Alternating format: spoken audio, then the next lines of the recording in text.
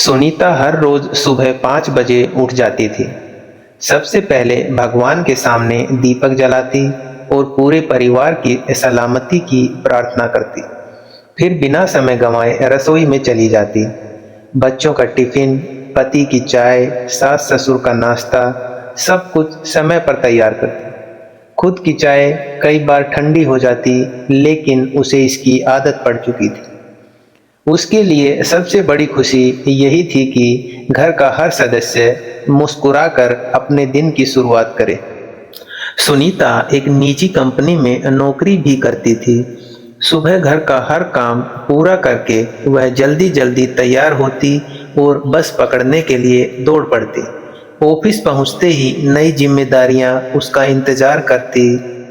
पूरे दिन मेहनत करने के बाद जब दूसरे लोग घर जाकर आराम करने की सोचते, तब सुनीता के मन में सिर्फ एक बात होती, अब घर का काम भी मेरा इंतजार कर रहा होगा। शाम को घर लौटते ही वह बिना आराम किए फिर रसोई में लग जाती। बच्चों का होमवर्क देखती, सास की दवा देती, पति के कपड़े संभालती और अगले दिन की तैयारी भी कर लेती। रात कब 10 बज जाते उसे पता ही नहीं चलता। कई बार उसकी कमर दर्द से झुक जाती, लेकिन उसके होठों से शिकायत का एक शब्द भी नहीं आता। वह मानती थी कि परिवार प्यार से चलता है, बहस से नहीं। एक दिन पड़ोस की किसी महिला ने कहा, इतनी नौकरी करने से क्या फायदा, घर भी तो ठीक से संभालना चाहिए। उसी दिन ऑफिस में एक सहकर्मी बोला, घर की जिम्मेदारियां हों तो काम पर पूरा ध्यान नहीं दे पाती। सुनीता दोनों बातें सुनकर मुस्कुरा दी।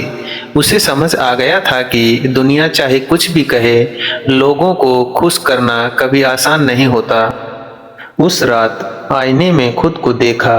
आंखों के नीचे हल्के काले घेरे थे। चेहरे पर थकान साफ दिखाई दे रही थी, लेकिन उसी आईने में उसे अपने बच्चों की मुस्कान भी दिखाई दी।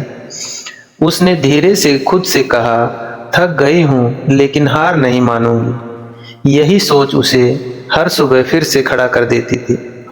कुछ दिनों बाद ऑफिस में एक बड़ा प्रोजेक्ट मिला। उसी समय घर में सास की तबीयत भी खराब रहने लगी। सुनीता सुबह अस्पताल ले जाती, फिर ऑफिस जाती, शाम को घर लौटकर खाना बनाती और रात को बच्चों की पढ़ाई कराती। उसकी जिंदगी घड़ी की सुइयों की तरह लगातार चल रही थी। किसी को उसकी भागदौड़ दिखाई नहीं देती थी। एक रविवार पूरे परिवार के रिश्तेदार घर आए। सब लोग बैठ